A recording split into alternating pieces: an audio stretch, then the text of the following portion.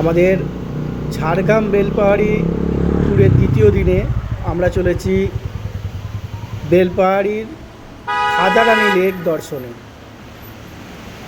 এই খাদারানী লেকটি মূলত ওখানে একটি বেশ বড়সড় নাম পিকনিক স্পট হিসাবে খুবই পরিচিত। এটা হচ্ছে খাদারানী লেক। ওই দূরে পাহাড়টা রয়েছে, ওই পাহাড়েও আমরা যাব পরে। তো এখন এই লেকটি আমরা ঘুরে ঘুরে দেখব।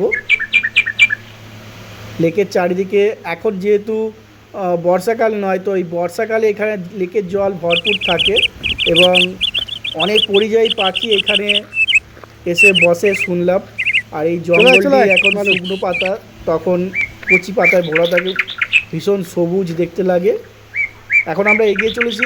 এখানে একটা ওয়াচ টাওয়ার আছে।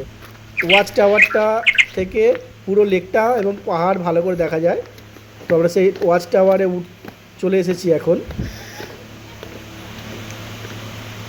সেই ওয়াচ টাওয়ারের ওপর থেকে আমরা দেখব আমাদের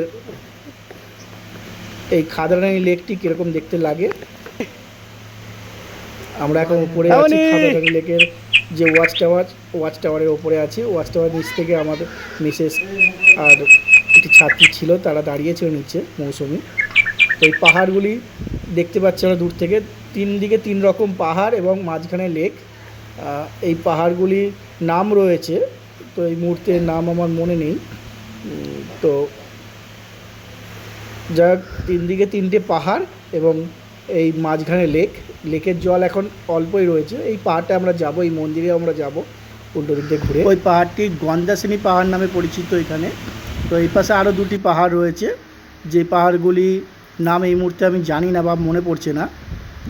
তো এই জায়গাটি অপূর্ব সুন্দর, ভীষণভাবে আমার তো ভীষণ ভালো লেগেছে এই পাহাড়টি। এবং এই ওয়াচ টাওয়ার থেকে পুরোপুরি দৃশ্যটা দেখার মতো ছিল, অপূর্ব একদম। চারিদিকে শাল গাছের জঙ্গল, হ্যাঁ পুরোই শালবন, শাল পাতা, শাল গাছ, শালবন। তারপরে রয়েছে এই মাঝখানে খাদারানী লেক।